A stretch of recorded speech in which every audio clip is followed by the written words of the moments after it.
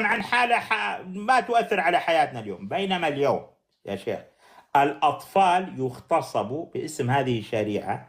لماذا؟ لأن نبيهم اغتصب طفلة عمرها 9 سنوات.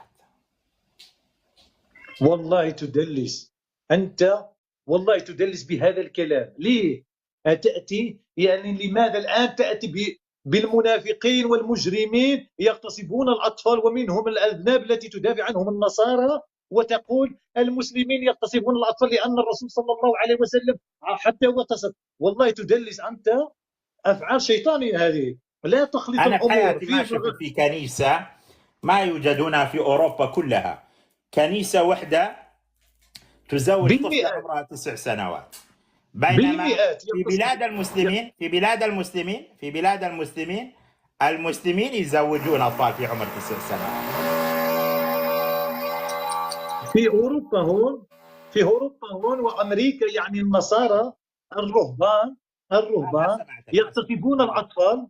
انت لا تدافع عن من الأول يا الاطفال. شيخ، من الأول ما سمعتك، كان في ضجة. فيه الرهبان النصارى يغتصبون الاطفال.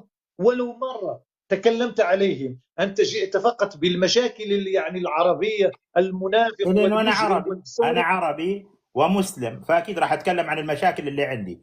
المسيحيين المفروض يتكلموا عن المشاكل اللي عندهم، الهندوس المفروض يتكلموا عن المشاكل اللي عندهم، صح ولا لا؟ أنا الآن مثلا أعطيك مثال، أنت لو إجا مسيحي يتكلم عن مشاكلك ما راح تقبل منه. ليش؟ لأنه هو مسيحي، تقول أنت مالك دخل بينا ببساطة شديدة. الهندوس لو إجوا يتكلموا عنك ما راح تقبل منهم. ليش؟ لأنه هؤلاء تقول روح عالج المشاكل اللي عندك. وانا هنا عندي مثلا في البث اي مسيحي يطلع ما اقبل يقول شطر كلمه لا على الاسلام ولا على المسلمين. تعرف ليش؟ لا. قل الحمد لله، قل الله اكبر، صلي على الله، صلي على الرسول، لحظه. ليش؟ لانه صلي على لحظه محمد.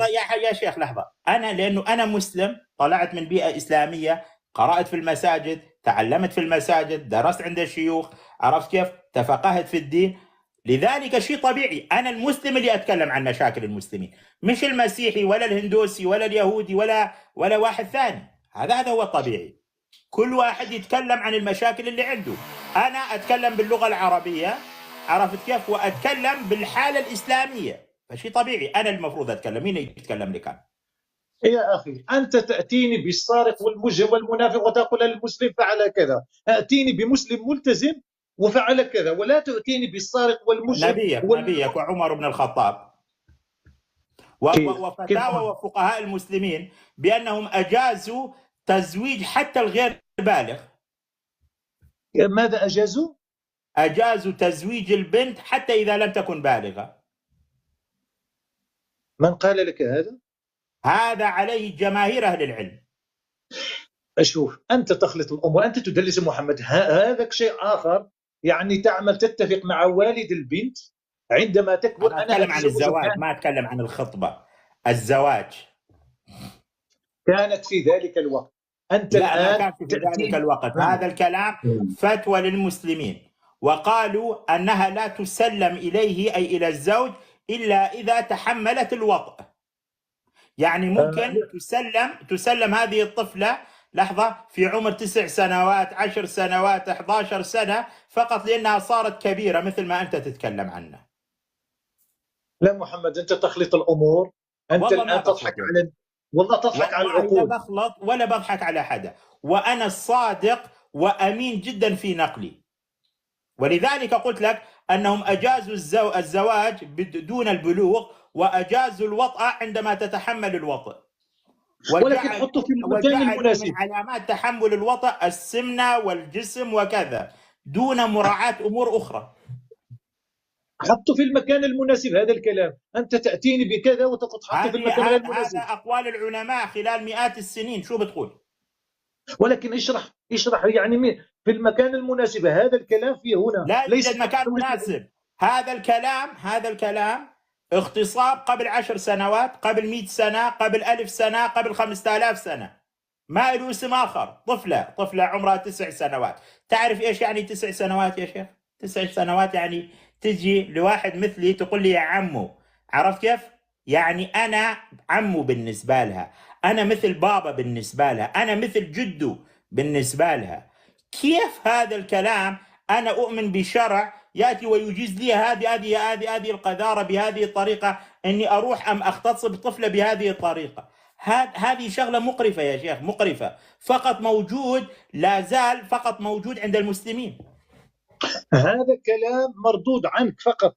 هنا في ذلك الوقت أمنا عائشة كانت كمثل المرأة. أنا قلت لك في هذا الوقت، ولكن ليس كثير من البنات. عندي بنت عندها 10 سنوات، والله لو تراها كأنها امرأة وتصوم. ولكن في ذلك الوقت هذا شيء آخر مختص لو بالرسول كنت في صلى الله المغرب عليه يا شيخ، وسلم. لو كنت في المغرب وإجاك من يرضاها، من ترضى.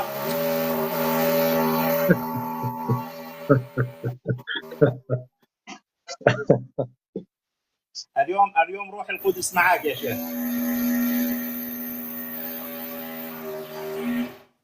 اليوم روح القدس معك.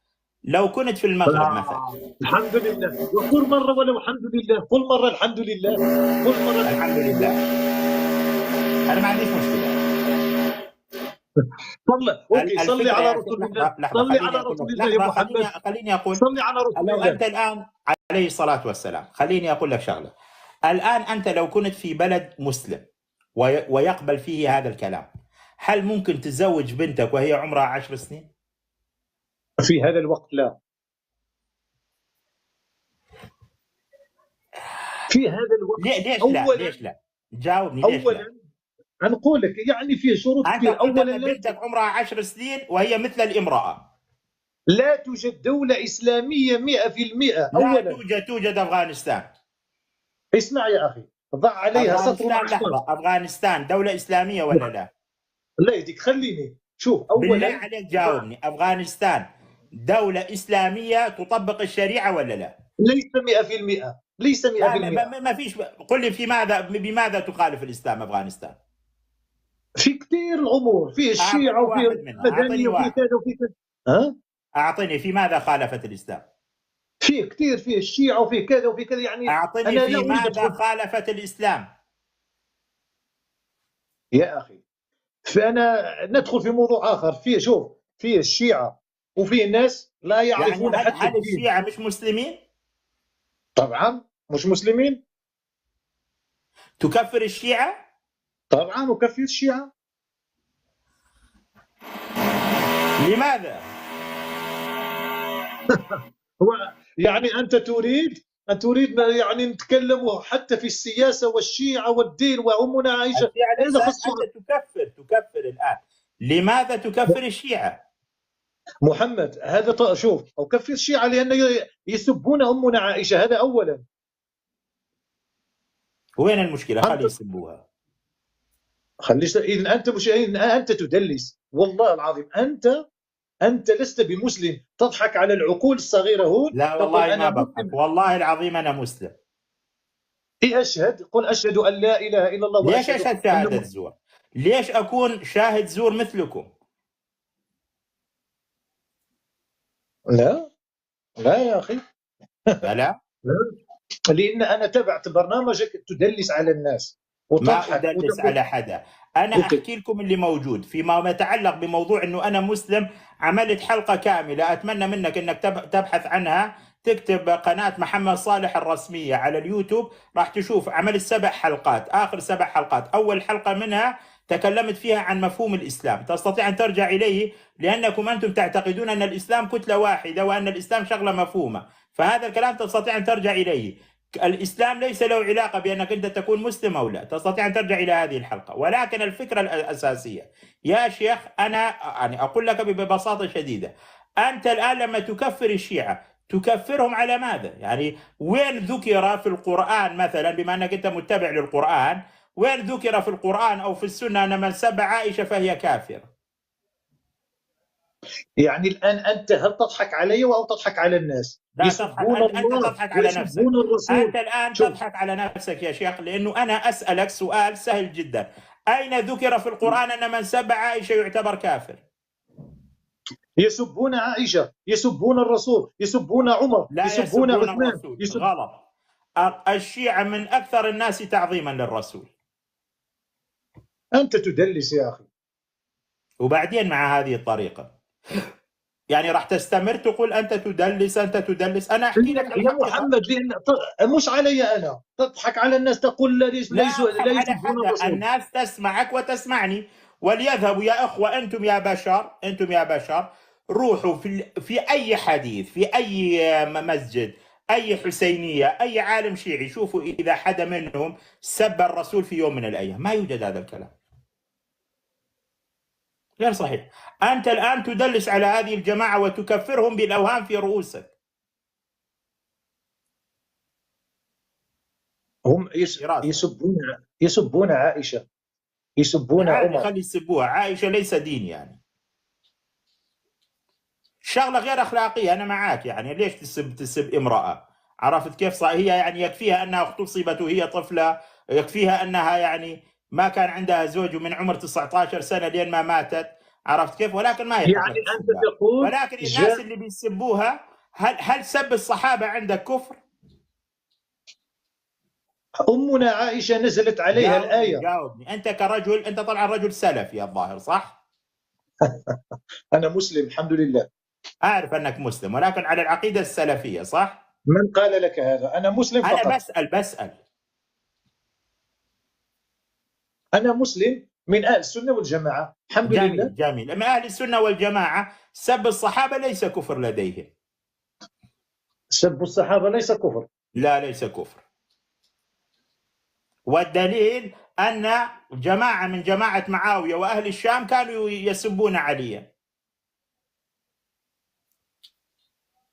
وهذا كما نقل ابن كثير ونقل الطبري ونقل ابن أثير وغيرهم، ونقل الذهبي ونقل ابن عماد وغيرهم. أهل الشام في زمن معاوية كانوا يسبون علي على المنابر.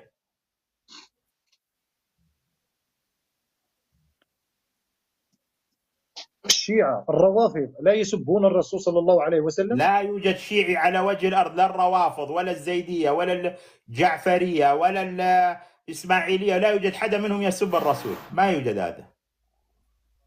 يسبون الرسول صلى الله عليه وسلم الخوارج، ويقولون حتى الرسالة جاءت الخوارج لا لعلي. يسبون الرسول، يسبون عليا وعثمان.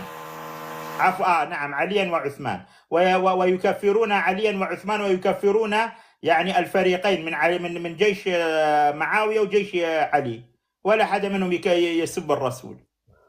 كلامه غلط يا شيخ. يسبون الصحابة، يسبون عمر.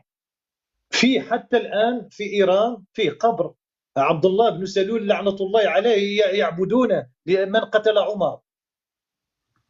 لماذا؟ لا، لأنه ما في قتل حدا عمر. بيعبد، ما في حدا بيعبد، هم ما بيعبدوا حدا. موجود الآن. ما حدا بيعبد، لا يعني قاتل عمر ولا غير قاتل عمر.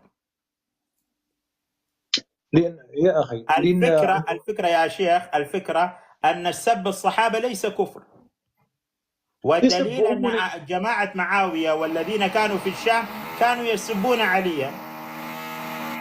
لا، كانوا شوف، عملوا كذب على أمنا عائشة، اتهموها بالزنا. هل هذه ليس صغيرة؟ كلهم، ليس كلهم، هناك ناس منهم من اتهمها بالزنا، ولهم في ذلك وجه. كيف؟ لهم في ذلك وجه، يعني وجهة نظر. لهم وجهة نظر، يعني أنت تدافع عنهم. من سب أمنا عائشة كأنه سب النبي، ومن سب النبي فهو كافر. لا لا لا، لأن هل يجوز على زوجات الأنبياء والرسل أن يكن كافرات ولا لا؟ أولا هل أنت شيعي؟ يجوز ولا لا؟ هل أنت شيعي أولا؟ لا لا، لست شيعي. ولماذا تدافع عن الشيعة؟ مرة ثانية شو؟ ولماذا تدافع عن الشيعة؟ لا أدافع عن الشيعة، أنا بصحح لك معلوماتك. من سب أمنا عائشة كأنه سب النبي، ومن سب النبي فهو كافر. طلع لي في القرآن هذا الكلام، طلع لي في الأحاديث هذا الكلام. طلع لي أنه هناك آية أو حديث يقول من سب زوجاتي أو من سب أصحابي كأنه سبني. اتق الله. موجود. انا ما لا عندي الان لا كتبه. يوجد، لا يوجد يا موجود يا شيخ، محمد. والله لا يوجد. أنا دارس العقيدة أهل السنة والجماعة من الطحاوية والواسطية وغيرها، عرفت كيف؟ حتى عقيدة اللي كتبه الحافظ الحكمي، عرفت كيف؟ دارس هذا الكلام كله، كتاب الشريعة، كل هذا الكلام أنا دارسه. لا يوجد هذا اللي بتقوله، أنت بتقول كلام من راسك. حتى عقيدة أهل السنة والجماعة ما عارفها.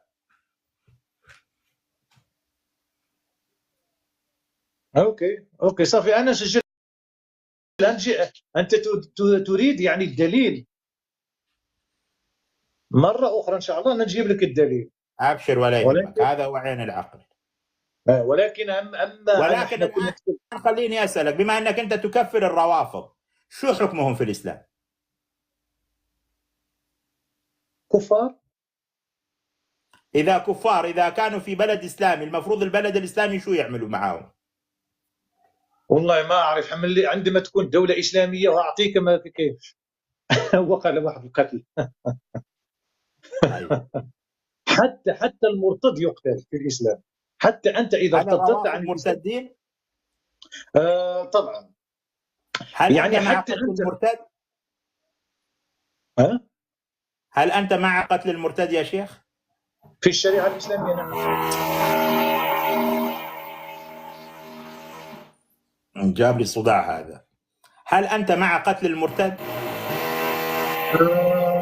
في الشريعه الاسلاميه ليس انا، ولكن في الشريعه الاسلاميه المرتد في الدوله الاسلاميه يقتل نعم. ولكن في 3 شروط او 4. أيوة. اولا اللي هي؟ يستتيبوه. في شروط. لحظة. في شروط. تلك الشروط اذا لا والله يريد ان أزعجنا يتوب. هذا الصداع، أزعجنا كثير يعني صراحة، أنا ايوه آسف صلي جدا على رسول لقولك. الله. قل الله اكبر. خاف من الله. الله أكبر. اللهم صل على سيدنا محمد وعلى آله وصحبه أجمعين. الحمد لله. تدري شوف بعد. الحمد لله. شوف يا اخوان. الحمد لله. ومحمد صالح الان ربما ان شاء الله يريد ان يتوب. أنا ما مسلم شاء أصلا، الله. ما أحتاج أتوب. ولكن لا مسلم، ولكن تضرب في الدين. تسب وتضحك صح، على أنا مسلم ولكن لا أضرب في الدين، أبين لكم اللي موجود في دينكم يعني فقط. لا تبين. انت تريد. والله يبين. لا قل شيء. انا معك في وحده. اذا تريد ان تقول ان المسلم ليس المسلمين العرب الذين هم اصلهم مسلمون يعملون اشياء قبيحه، انا معك 100%. ولكن عندما تروح ولكن ما للقرآن. جاوبتني يا شيخ، ما هي الشروط الثلاثة لقتل المرتد؟ انت ما تعرفهم؟ أنا بسألك. خليهم. انا شوف. عندما تكون دوله اسلاميه ونجيبوا هذه أيوة، الشروط. إذا صارت عندنا دولة إسلامية، هل